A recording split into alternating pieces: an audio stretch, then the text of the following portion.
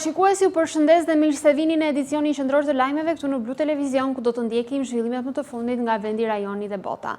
Nisi me aktualitet.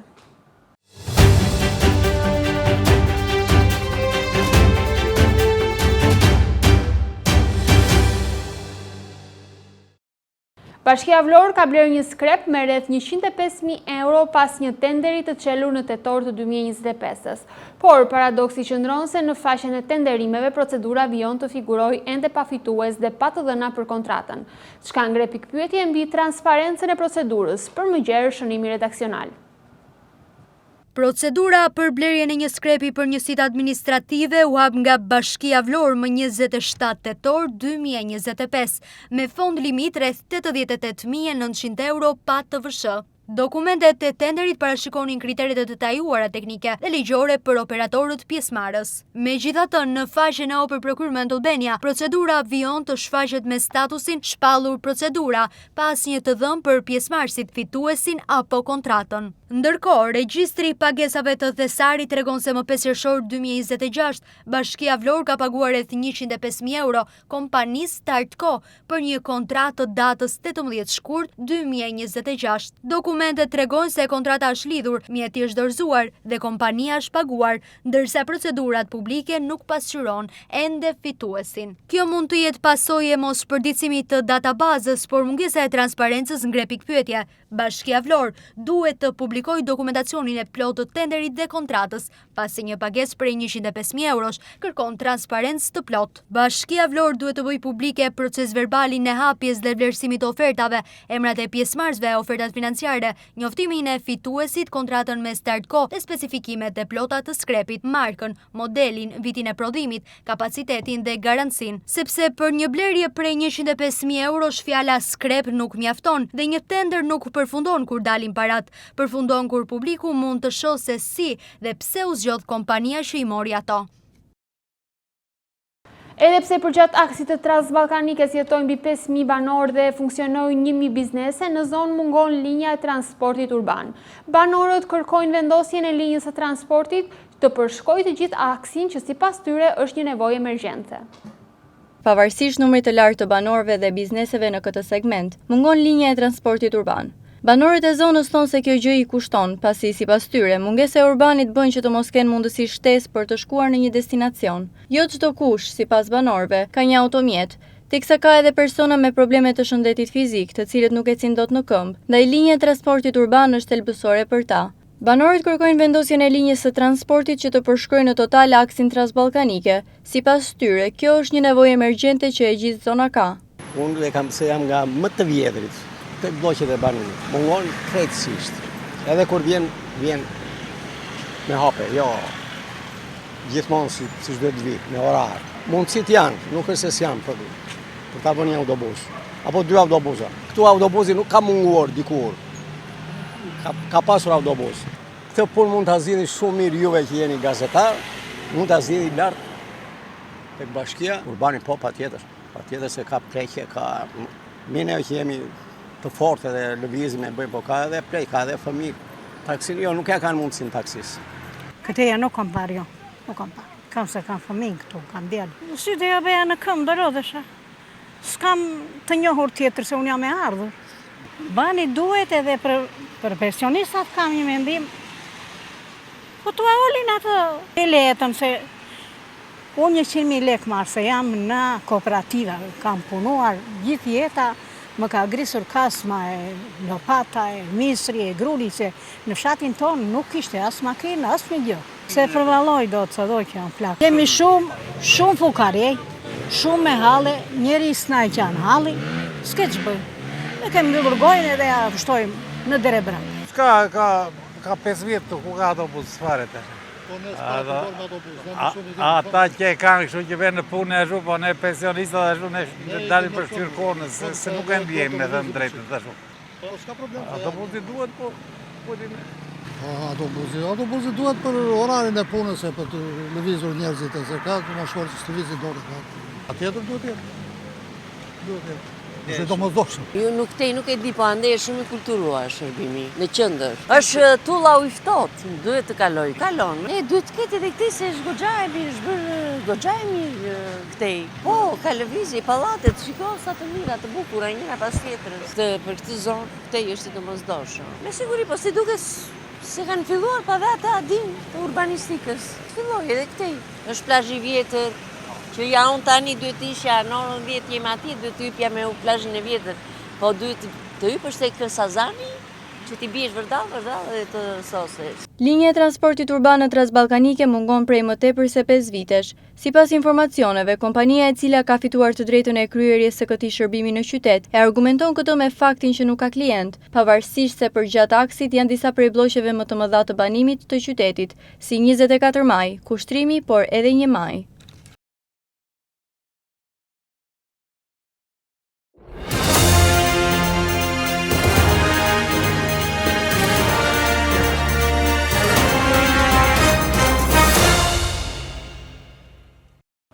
Ka nisur sot zbatimi i amnistisë penale. Në institucionin e ekzekutimit të vendimeve penale në Vlorë përfitojnë 9 persona.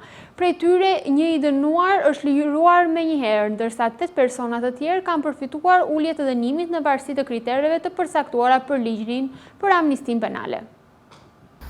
Ka nisur tashmë zbatimi i amnistisë, ndërsa përfitojnë persona të cilët janë në fund të vuajtjes së dënimit apo kanë kryer vepra të lehta penale.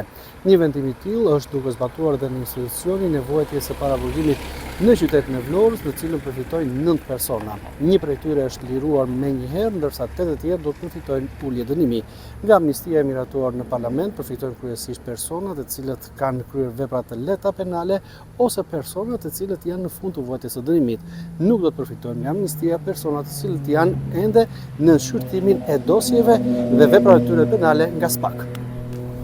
Zbatimi i amnistisë penale ka nisur dhe në institucionin e ekzekutimit të vendimeve penale në Vlorë, ku një numër të dënuarish dhe të paraburgosurish kanë përfituar nga dispozitat ligjore. Në paraburgimin e Vlorës përfitojnë gjithsej 9 persona, prej tyre një i dënuar është liruar menjëherë, ndërsa 8 persona të tjerë kanë përfituar ulje të dënimit që varion nga 1 deri në 2 vite, në varësi të kritereve të përcaktuara në ligjin për amnistinë penale. Ndërkohë dhe 2 persona të tjerë që po vuajnë dënimin në institucionin e ekzekutimit të vendimeve penale Vlorë janë ende në proces shqyrtimi nga organet kompetente, të cilat do të vendosin nëse plotësojnë kushtet ligjore për të përfituar ulje të dënimit. Personi që është liruar ka vuajtur rreth 2 vite burg për veprën penale të kalimit të palishëm të kufirit për persona të tretë, pas hyrjes në fuqi të amnistisë penale dhe verifikimit të kritereve ligjore. Ai ka përfituar lirimin nga vuajtja e pjesës së mbetur të dënimit. Zbatimi i amnistisë penale nisi menjëherë pas miratimit të saj në kuvend. Në të gjithë vendin pritet të përfitojnë 541 persona, të cilët do të lirohen nga institucionet e vuajtjes së dënimit, ndërsa qindra të tjerë përfitojnë ulje të masës së dënimit. Siç mësohet, ka ende persona që janë në proces shqyrtimi për të përcaktuar nëse plotësojnë kriteret për të përfituar nga amnistia. Nga ana tjetër, nuk përfitojnë nga kjo amnisti personat që janë në nënhetim ose në gjykim për vepra penale që janë në kompetencë të prokurorisë së posaçme kundër korrupsionit dhe krimit të organizuar SPAK, si dhe kategoritë e tjera të përjashtuara me ligj.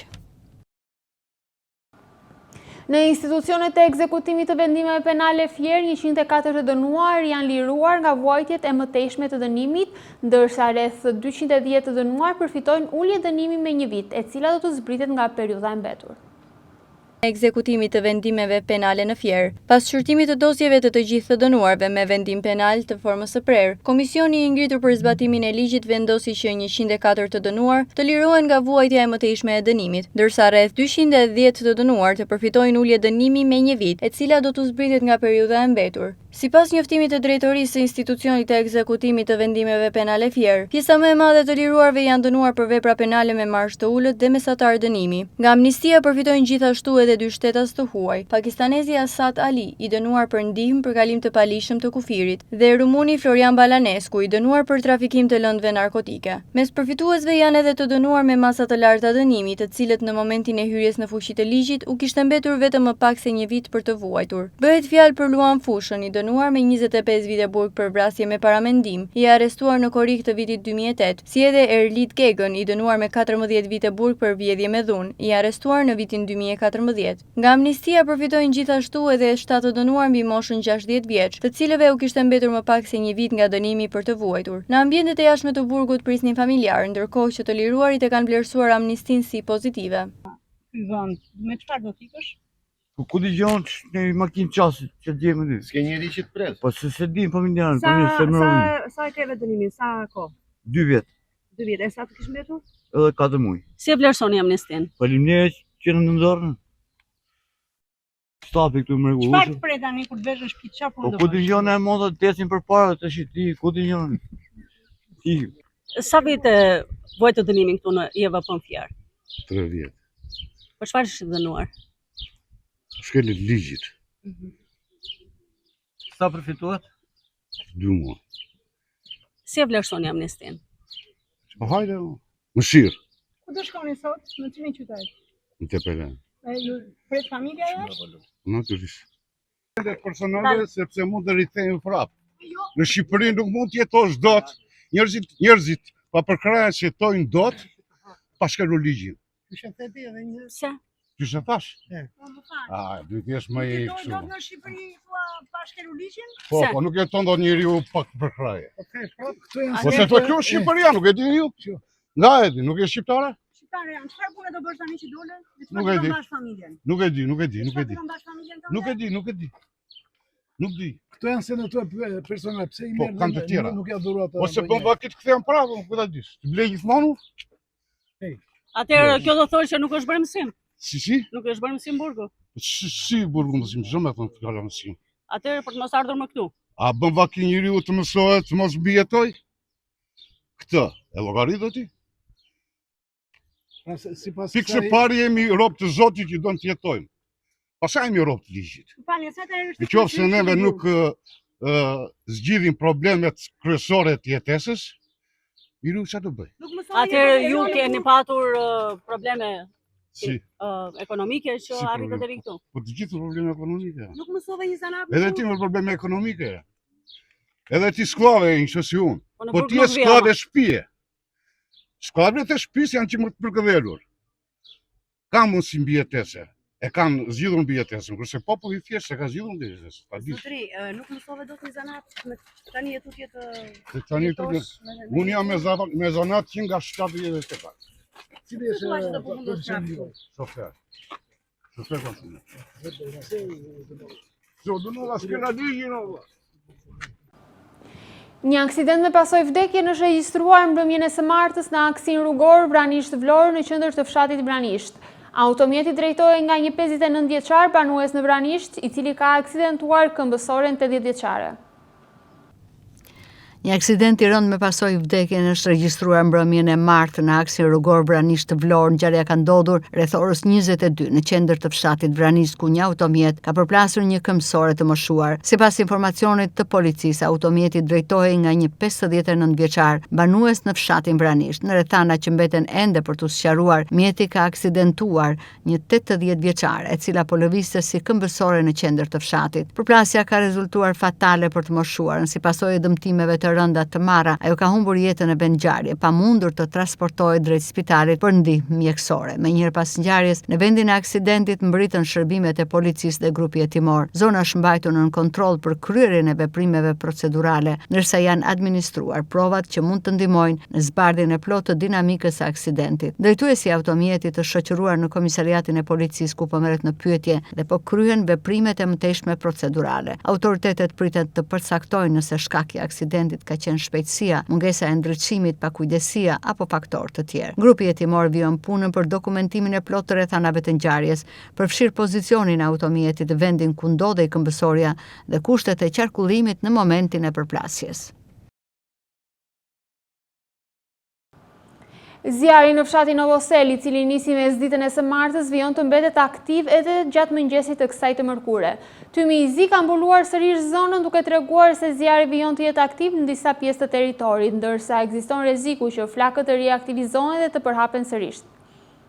Një vatër zjarri fillimisht me përmasa të vogla u përhap me shpejtësi, si pasojë erës duke përfshirë sipërfaqe të konsiderueshme me pemë, shkure dhe bimësi të thatë. Flakët u përhapën kryesisht në zonën pranë linjës e kurrëdore, ku shkrumbuan sipërfaqe me pemë dhe bimësi. Për shkak të drejtimit të erës dhe temperaturave të larta, zjarri avancoi me shpejtësi, duke ju afruar banesave dhe bizneseve të fshatit Novosel. Në vend ngjarje mbritën fillimisht një mjet zjarfikës, por për shkak të përmasave që mori zjarri dhe vështirësive në terren, u kërkua mbështetja e forcave të të tjera. Më pas në zonë mbritën dhe 2 mjete të tjera zjarfikës, të cilët u angazhuan në izolimin e batrave dhe në parandalimin e përhapjes së flagëve drejt banesave dhe bizneseve. Forcat zjarfikse punuan për disa orë deri në orët e vona të mbrëmjes për të vënë situatën në kontroll. Ndryrja u përqendrua në pikat më problematike, pavarësisht erës dhe tymit të dendur. Zjarfikësit arritën të shmangnin rrezikun e drejt për drejt për banesat. Me rënien e errësirës, ndërhyrja në teren u bë më e vështirë për shkak të mungesës së dukshmërisë dhe rrezikut për efektivët. Forcat zjarfikse u tërhoqën nga zona, pasi kishin arritur të izolonin pjesën më të rrezikshme të zjarrit dhe të shmangnin përhapjen e tij drejt banesave. Megjithatë, vatra nuk u shua plotësisht. Mëngjesin e së mërkurës, tymi i zi mbuloi sërish zonën e Novoseles, duke treguar se zjarri vijon të jetë aktiv në disa pjesë të territorit. Për shkak të thatësirës, temperaturave të larta dhe pranisë së bimësisë së djegshme, ekziston rreziku që flakët të riaktivizohen dhe të përhapen sërish. Një mjet i forcave zjarfikse ka mbritur në vendngjarje me qëllim izolimin e plotë të vatrave dhe shuarjen përfundimtare të zjarrit. Ndryrja do të vijojë dhe në zonat ku ka ende trungje shkure dhe materiale të tjera që vazhdojnë të digjen apo të nxjerrin tym. Shkaqet e rënies së zjarrit mbeten të paqarta. Pas shuarjes së plotë të vatrave, pritet të kryen verifikimet për përcaktimin e origjinës së flagëve, ndërsa situata vijon të monitorohet nga forcat zjarfikse dhe autoritetet vendore.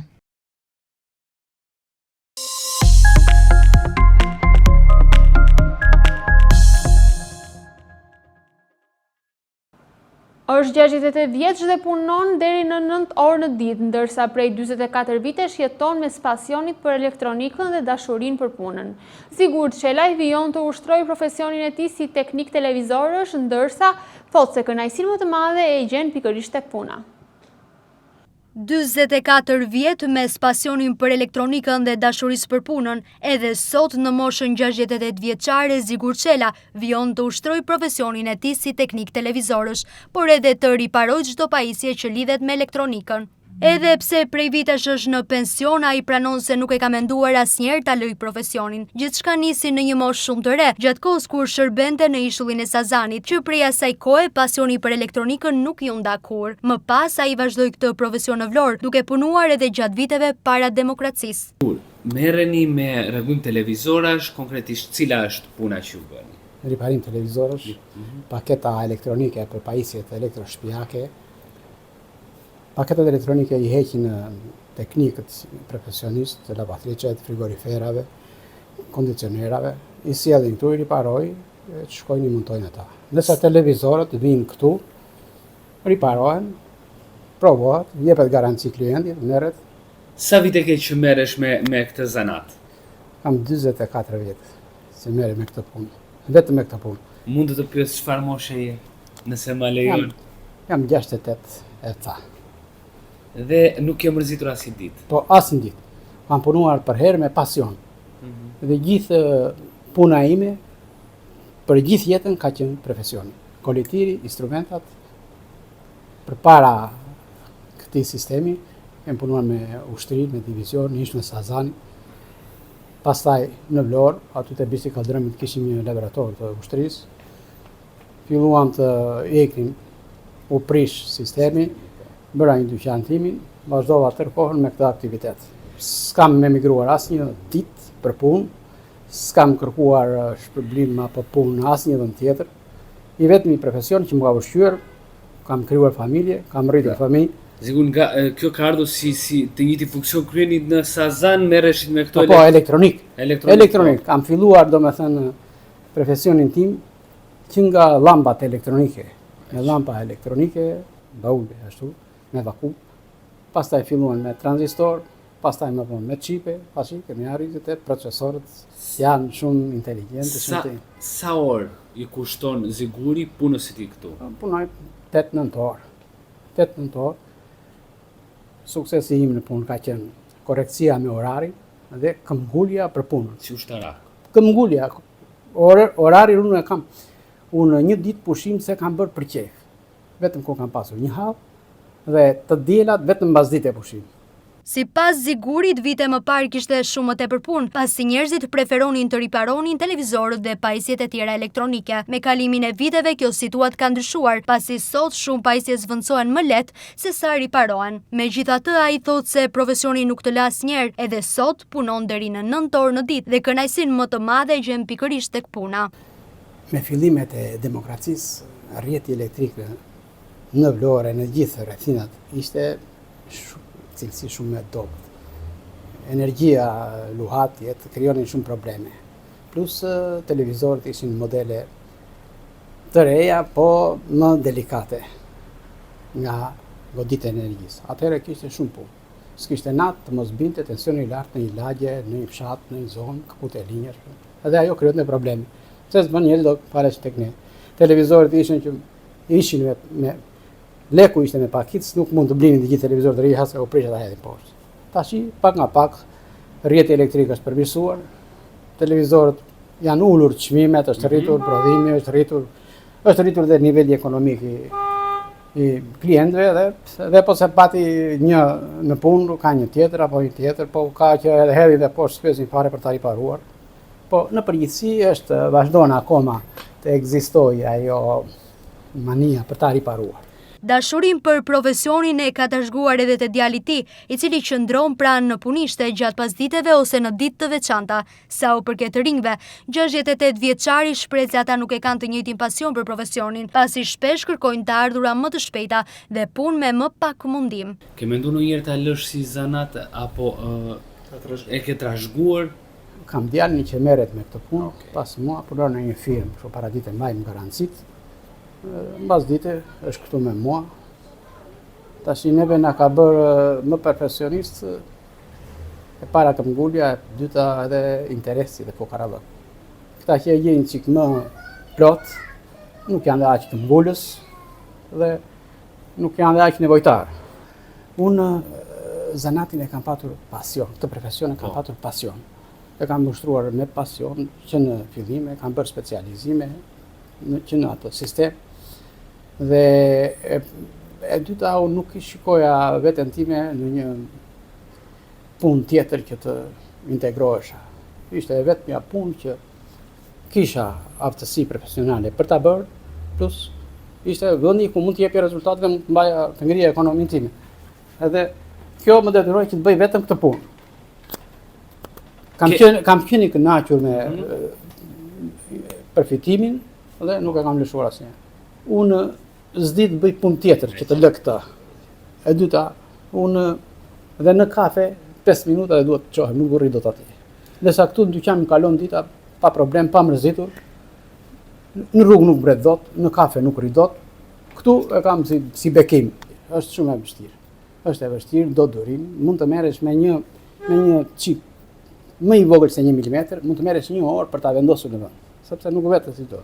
Dhe do këmbgulje, do durim, do të mos mërzitesh, po të qese je tip që nuk duron dot, nuk e bën dot atë punë. Tash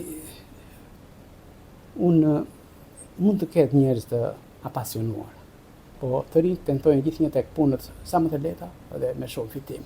Për Zigur Çela, në profesionin mbetet një punë që kërkon mbi të gjitha dashuri dhe pasion. Janë pikërisht këto dy cilësi që e kanë bërë të mos i ndahet asnjë ditë elektronikës. Ai thot se qetësinë dhe kënaqësinë e gjen tek puna dhe se do të vazhdojë ta ushtrojë këtë profesion për aq sa kohë do të ketë mundësinë.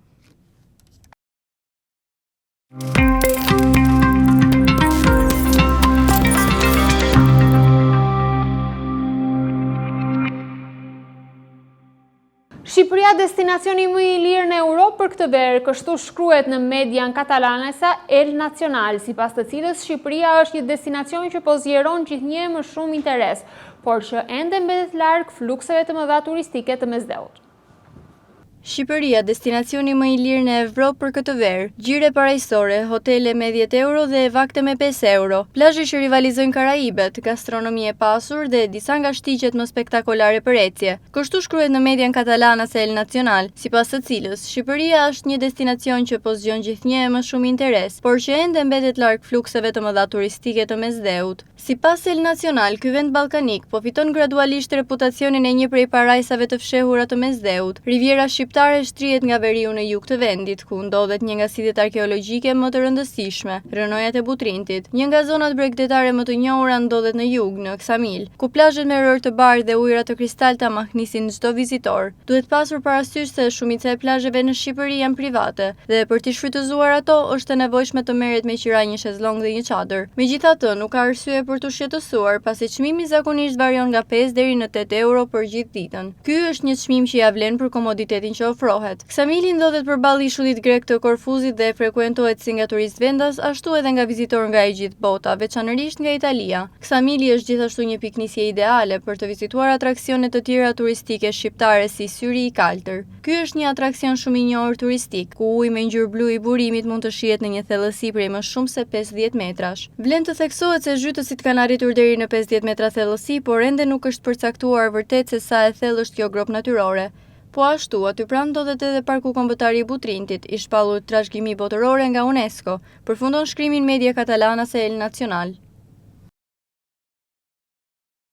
Një peshk gof me peshk rreth 27 kg është kapur para ditën e së martës në ujërat e Vlorës nga peshkatari me shtiz Armando File, sipas të cilit ju desh rreth 30 minuta për ta nxjerrë në sipërfaqe për shkak të përmasave të mëdha.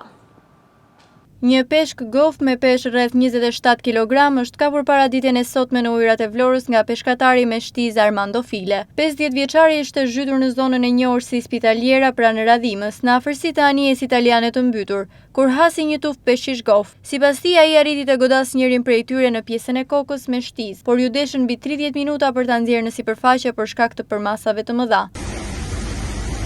Përshëndetje. Prezantohem, më quhen Armando File. Faqja është Peska Sub Armando File Vlorë, dhe të tregoja sot për këtë ditën e peshkimit. Vemi tek vendi peshkimit, në një relic, ujërat po ishin shumë të buka. Në një moment të caktuar më vjen dy gofa, dy të tilla. Qëlloj njërën nga këto, siç e shihni, është qelluar në mbas koke. Shtiza nuk e kaloi, është